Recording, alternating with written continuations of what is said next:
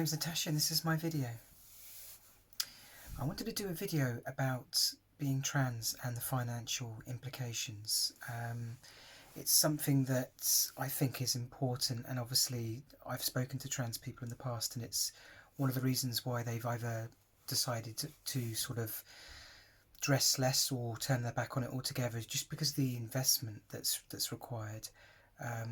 And there is a lot to be sort of considered, and I guess for me personally, when I go back to my life, because obviously I wasn't happy in myself, I kind of put finances on a back burner, and I wasn't really very clever with my money because I wasn't happy in myself. So I just used money as a means of escaping my reality. I obviously when I decided to go full time, I had a breakthrough and I started seeing things a bit more clearly. But a book that really helped me put things into perspective with regards to finance is The Richest Man in Babylon, which I can't recommend enough.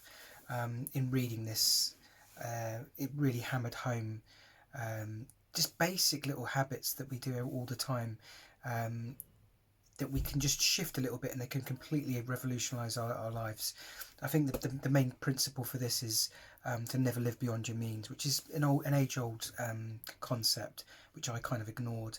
But if you live within, you pay yourself the first 10% of everything you earn and try and live within 70% of your income, then you've got a bit more of a chance of accumulating wealth, investing it or saving it, and then growing that to a point where you don't need to work. I think that's the idea behind pensions, but you can do that by other means as well through investment instruments. But for me, I obviously got myself into a bit of a deficit, and when you're taking the lifestyle of being transgender and living full time, there's obviously the cosmetics.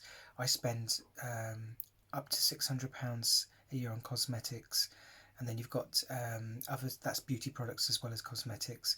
And then you've got treatments as well, so privately lasering, that can be up. I'm quite fortunate, I think I get that for about £100 a month. But there's other treatments as well you can take, and it all adds up.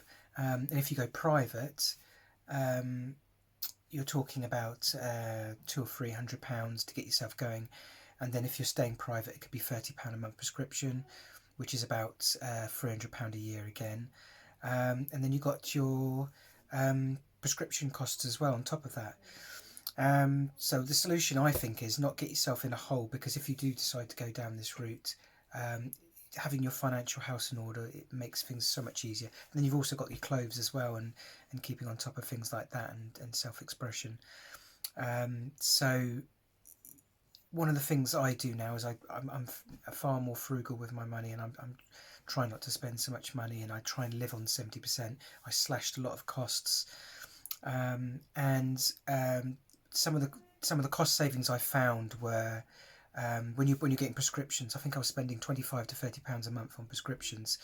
And a friend of mine told me about the prepayment schemes, or signing up for prescription prepayment, whereby I pay £10 a month, which is saving about £100 a year. So that's a massive saving. So that's something that can be done when you are on that route. But I think getting your finances in order before you get to that stage can be a big thing, because it could be the difference between going down this path or not going down this path, and it might be the solution for you. So I'm in a good place now. I'm clawed myself out of a difficult situation, and but I work off the premise of always living within my means, and that's something I'm going to carry forward as well. And obviously having savings, so that when you do need to do something else, like a treatment or something like that, you can draw on that. This is a topic I want to go into more in the future, but I can't recommend this book enough.